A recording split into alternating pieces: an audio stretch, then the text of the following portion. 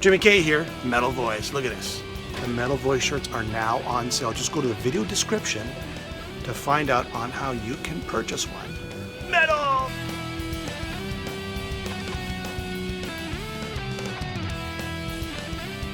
Welcome to the Metal Voice. Jimmy.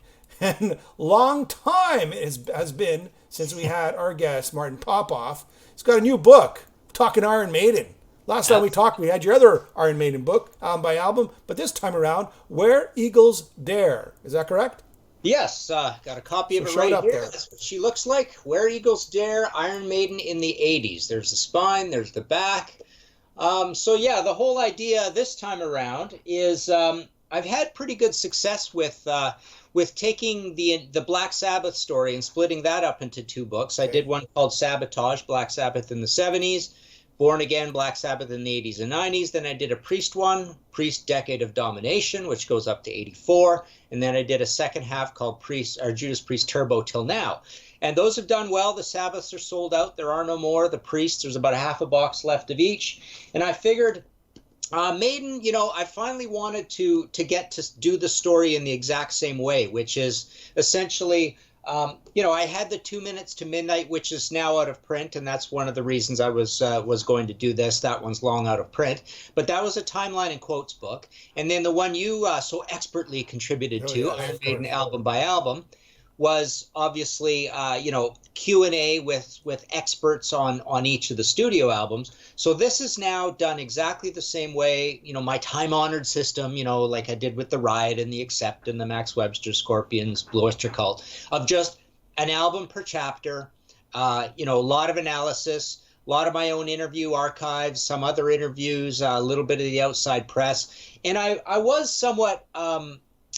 inspired by what I had to do on those the Led Zeppelin and the Clash book, all the albums, all the songs, where it was just straight raw, having to write about every single song in detail. So I kind of, on all of these Priest and the Sabbath, rose to the challenge a little bit and tried to get a little more nerdy and inside baseball on talking about the songs as we go through it. But yeah, this one is, there's a lot of the lead up, because as we know, Iron Maiden kind of got going 74, 75, a lot of lineup changes.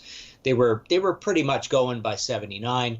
So there is a little 70s in it, of course, but I just called it Iron Maiden in the 80s because it was a perfect fit of doing, one big book. It's 288 pages. It's got some color photos, and it was a nice length of a book to allow for maybe a second volume, maybe the 90s. So Martin, for the people who don't own your other books or series like this, and I get it, it's album by album, but what does it start off? It starts off with Steve Harrison Smiler, and then they work on the Soundhouse tapes, and you're interviewing maybe Paul Di'Anno and Doug Sampson. Is that what you have? You have, just give me a sort of a brief... For someone who's never read these series books, just give me a quick, brief outline of what you may expect on, let's say, Chapter 1.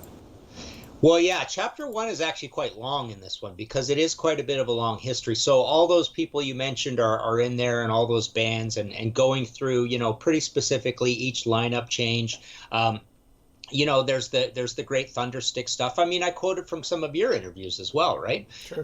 All Thunderstick, because you've been a great Maiden scholar over the last while with the show. You've been on fire with the show, period. It's amazing how much cool content you come up with on a regular basis. But no, the history in this one is pretty long. Sometimes I did them pretty short. I remember in the old days, I even... I did a UFO book where I just blew past the original 3-album lineup because I hated it so much, right, before Michael Schenker arrived. But no, this one it has got quite an extensive Chapter 1, and then the next chapter, of course, is we're into the first Iron Maiden album, and there's a lot about the new wave of British heavy metal as well, just where they fit in this whole thing, what the whole thing was about, the different labels that were involved, getting their label deal, how Soundhouse tapes worked in there, how the first single worked in there, coming out first, and all that stuff, and then you're right into every album, we there's extensive stuff about the album covers and Derek Riggs before you get into every song by song, talking about the tours they go on. So, yeah, I was kind of happy with the way, because I've had some books that haven't sold very well at all. But I mean, definitely the two Sabbaths and the two Priests sold great. And I just hope the Maiden is kind of the same thing. So I'm definitely going to do, if not 2 books, I might even make it 3 books. I might even make it a Maiden in the 2000s book as a 3rd book. And the 2nd book, by the way, is going to be a lot of fun because it really is going to be 2/5 Bruce Dickinson's solo career. I'm going to put all that stuff in there. So it's going to be Iron Maiden and Bruce. I might even put Iron Maiden and Bruce Dickinson in the title in some way because. Let's face it. I mean, the better albums, the cooler material, the funner stuff to talk about, and the things as a writer, doing that role as a DJ or as what you do, same thing is we love turning people on to great music, and the Bruce Dickinson solo stuff. I think is superior to the Maiden stuff, really. Wait a second. Hold on a second. Hold on. Come on, man. You're gonna start comparing Chemical Wedding to Virtual 11. I don't think. I think we know who's gonna win that. Actually, strange enough, and I know people are gonna hate me for this, but I've never been a fan of Bruce Dickinson's solo material at all. Like I tried. I just can't get into it. But that's another conversation. It's interesting you say that because when I hear someone say that, number one, I can't understand it, but the only way I can understand it is it must mean you don't like Bruce Dickinson as a person because as a personality. No, okay, maybe I'm just person. I love him as a person. I think he's. I'm putting this out as a theory, not particular to you, but there are certain people that Bruce rubs them the wrong way. I don't quite know exactly why, but I have heard that in the industry a little bit, right? And so when people don't like his solo albums, because there's a lot to love there, it almost makes me think, you just don't like the concept of Bruce Dickinson as a solo artist. But I mean, they're all very different records too, except for, I would say the last three have a similarity to them. Although one of them is a concept album and it's a masterpiece, Chemical Wedding. But the first one has got a little bit. It's the Party Iron Maiden album, right? It's the hair metal Bruce Dickinson version, right?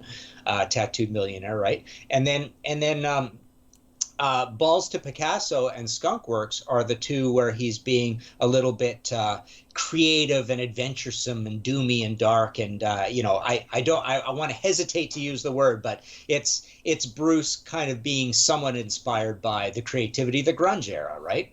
Mm-hmm. But then he comes back, Accident of Birth, Chemical Wedding, Tyranny of Souls, all that stuff is just fantastic, rock solid, perfect, awesome metal, I think. You realize this is another debate altogether, right? This is completely. I mean, I'm just going to leave you off this. It's just I've tried to listen to all the solo albums. Mm-hmm. I've made a very concentrated effort to do so. Yeah. But I just could never get into it. Maybe it's just an acquired taste. Maybe I can't see him outside of Maiden. Maybe he's using a different. He's not using his operatic voice. He's using more of a singer voice, we'll call it. Again, I'm not saying it's bad. I'm just saying I could never get into it, and that's just a personal thing. Yeah. I mean, it's amazing, isn't it, the parallels between him and Rob Halford, the band, leaving the band for pretty much the same reasons at pretty much the same time.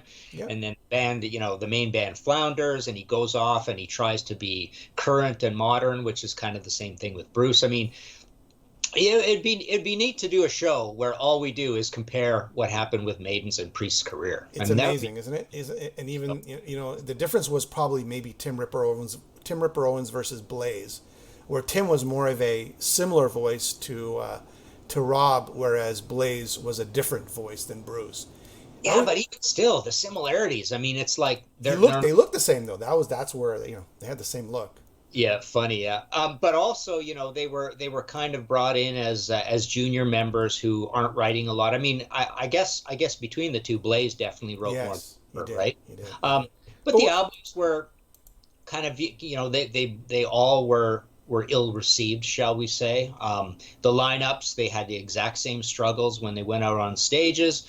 They basically had the exact same experience with venue size, right? They had had the dip down to the large clubs and the theaters and all that stuff. It's just the similarities are just endless. It's plus there was 2 albums they were on, right? They were just 2 exact albums, even though Blaze never did a live album, 2 studio albums. That's right. Yeah. So Ripper got a double live album out of it. That's right. That's right. But let's get back to the book. Okay. We digress, but let's go back. So in other words, a reader can expect a bit of biography tied into the songs and where these songs came from, I believe, right? Is that what we're getting at? Oh, for sure. I talk about who does the writing on them and why they sound a certain way, and I go into all the literary references and movie references and references to which war, all that stuff. Lots and lots of trivia. Basically, like I say, I mean, I probably have 20 books that I've done this way. I've probably got 15 books that I did timeline and quotes, and this, the previous version in a way is the previous timeline and quotes book. But so I've done books various ways, and then we had that album by album series. But yeah, I think this is the type of book that people want me to do the most, which is just your straight story, your straight narrative, something on one band. Because frankly, I've had things where I do on multiple bands, like the archive series, the top 250 books, which haven't sold well at all. And I actually just took a big poll. I sent out a thing to my database saying, which of these 11 projects should I do next? And I think the trend falling out of that, again, is we want the books on one band at a time. Yeah, fair enough. Now, what did you discover? And I know you discover things every day. What did you discover in this book that you didn't know about Maiden, or maybe you don't want to give that away? I think I just have to answer that by saying I just forget. I'm not sure to pick something out of the air without having thought about it. I don't think I can think of anything. But what I did discover is how I had more or less, semi-dismissed Somewhere in Time and Seventh Son, and now I like them quite a bit. I think there's a lot of cool stuff on those records. So it was fun writing those chapters. That's the thing with these books. I mean, part of the fun is going in and experiencing a catalog fresh again, and it's even more fun when I'm writing on a brand new band or whatever, where it's just like, okay, this is the Queensryche Fest. We're going to be just totally studying Queensryche for a couple months or whatever, right? So that's always fun. So that was good with this one. So those are good long chapters with a lot of good stuff. And yeah, I found some good interviews with some great outside quotes that are on specific songs and stuff. But yeah, it's funny. There's a few different angles at the whole Bruce Dickinson dissatisfaction angle. That he was dissatisfied with where the band was going, Somewhere in Time, Seventh Son, and stuck around a little longer, and then he was gone. He stuck around quite a bit longer, come to think of it, right? So yeah. He was dissatisfied, it sounds like, for 4 studio albums, right? And where does it end? Like what album is it ending at?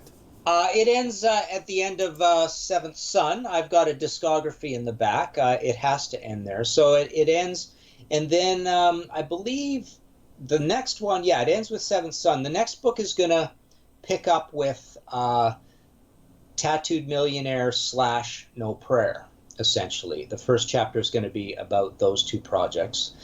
So yeah, this ends necessarily at the end of the 80s. I thought it was nice and tidy that, their first album is 1980. I believe it's even early 1980. So it was nice that this it fit a perfect amount of albums to go, 288 pages. It's a pretty long book. And it's got, some color sections with some color photos in it as well, right? So we got a bit of that going on. Has Steve Harris ever contacted you and said, "Hey, Martin, great job. I really enjoy your books"? No, you never get that. You get a little bit of once in a while. You get acknowledgement that when you're doing an interview with someone that, hey, I knew your book or whatever. Like they'll just mention it, almost not to give you a compliment or praise or anything. Because I sometimes think it's more likely than not they're ticked off that you do a book on them. I don't know why, because they're going to do their own book and it's going to be the definitive book. It's almost like bootleg albums in a way. I don't know. It's even not as bad as bootleg albums, right? But no, not with Steve. It's funny. I had an interview with Klaus Meine from Scorpions a little while ago, and he acknowledged that I did a book on him. I asked him some question. He goes, "Boy, I'm not too sure. You're the expert of that. You wrote the book on this, right? Almost more like just to say, I'm aware you wrote a book on me, but not really praising or anything, right? So, all right. Well, there you have it. Show the book again. Okay. Where can someone pick this book up? Well, for now, it's not even at my site. I just got them in yesterday. I've got all my boxes, so I've got a good supply. So people can look me up on Facebook, and there's info on it there. I send out to my database. People can email me, martinp@inforamp.net. It's 37 Canadian Canada, 35 shipping included to the States, 40 shipping included all around the world. And I sign them, of course. That's my main, my main income, really. My main business every year is the mail order of my own books. So I'm signing them and shipping them all out from the office. And that's martinpopoff.com. Where Eagles Dare, the new Iron Maiden book, it's being released. Is it released? Is it officially released? Yes, of course. Yeah, I mean, I've shipped, I took 20 or 30 of them to the post office today. I got to do a bunch more tomorrow. So yeah, it's out. All right, there you go. Thank you, Martin, for being on the show. We will talk soon, my friend. Okay, thank you, Jimmy. Okay, talk to you later. Say farewell to the future. Get ready for